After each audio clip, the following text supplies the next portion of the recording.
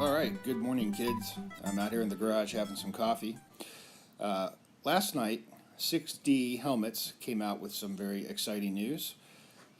They have announced that their ATR-2 helmet will be coming out. It is the next generation of their helmets that they're releasing. The expected ship date is March 9th of this year. Now, I'll leave a link in the description to the official launch video and also to their website where they have lots of technical information. Although their website is getting hammered right now, so it might come up slow or have an error or something. But anyways, I'm a fan of 6D helmets. I have a 6D ATR-1. I have crashed in it.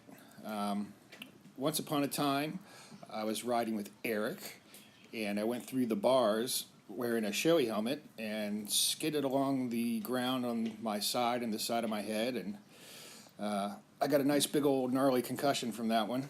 Then I had a similar crash, the one in which I broke my collarbone into a million pieces, and I bounced and skidded my head along the ground in my 6D helmet, and I didn't feel anything, nothing. Now, I know every crash is different, like, all kind of things could happen, but I'm a believer. I crash tested it for you guys, so you don't have to. And I may or may not have seen unpublished test data of the 6D performance versus other helmets back when I was looking to purchase one, and I got in touch with them. So anyways, the 6D ATR-2, what is different? All right, first thing that is noticeable is the chin bar is shorter, so it's moved back a little closer to you, so it doesn't stick out as far as like on the ATR-1. Also, I see some additional vents around the chin bar area. There might be some bigger or additional venting around the back. They have strengthened the brow ridge area. The helmet is lighter overall, which is great. The ATR-1 wasn't super heavy by helmet standards. I mean, it meets like the ECE standards and things, but it wasn't the lightest helmet. So the ATR-2 is definitely getting down into like the lighter helmet category. Not as light as like an Aero helmet, which weighs like nothing, but the Aero helmet doesn't have jack shit for any kind of protective technologies. So anyways, so it's lighter. The shell size is reduced. The overall size of the helmet is reduced a bit. Now, the other important change is inside. The original ATR-1 has an EPS liner that is kind of against the shell, and then there's these little rubber kind of shock absorber things that connect another EPS liner that actually sits against your head. So when you crash, those shock absorber things can flex and shift and move different directions and absorb the energy before it gets to your brain. It also slows down any twisting or angular acceleration of your helmet, which is a very dangerous force, not only for your neck, but as far as transmitting energy to your brain and resulting in a concussion. So the new helmet, the ATR-2, still has that system, but they have an even more advanced kind of setup in there, in that there's additional things that can slide against the outer shell. And a really cool thing is now the entire system inside of the helmet is fully rebuildable. So if you have a crash in it, you can send your helmet back to 6D.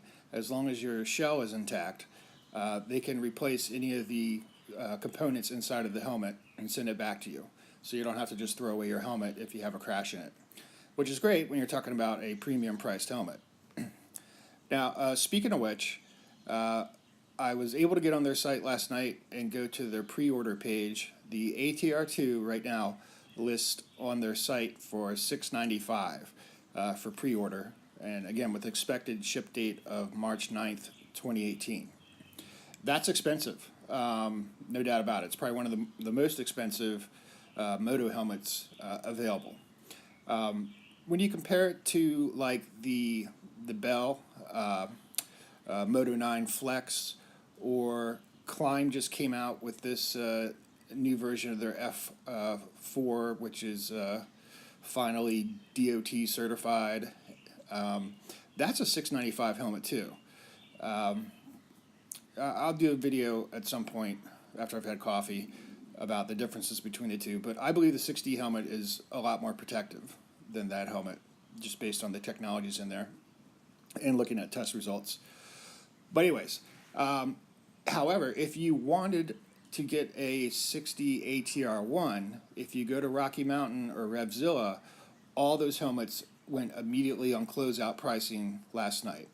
So you can get like the plain white 6D ATR-1 helmet for $495, which is a price comparable to like the Fox V3 or some of the Troy Lee, composite construction helmets.